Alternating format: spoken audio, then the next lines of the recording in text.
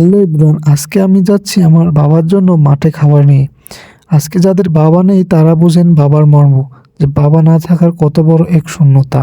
আজকে আমাদের মাঠে যাইতে যাইতে আমাদের এই পাশের জমিতে, এখানে মাঠে সর্বপ্রথম ঢুকতে ড্রাগনের জমি আর এই পাশে হলো কমলার জমি।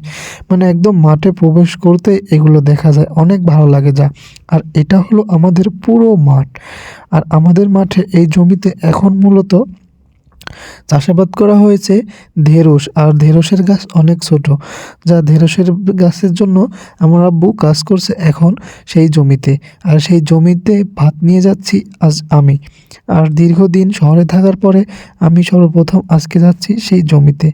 তো এই তো আমার আব্বু এখানে এই ধারাসের জমিতে কাজ করছে।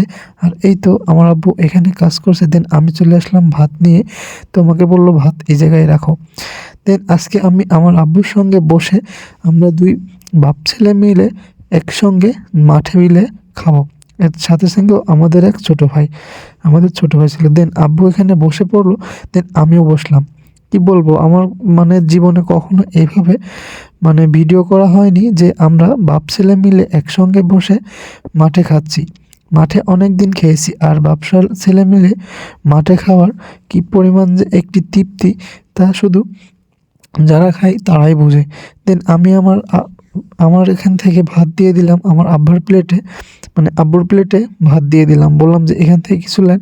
দেন আমার আব্বু আমার এখান থেকে ভাত কিছুটুকু তুলে নিল।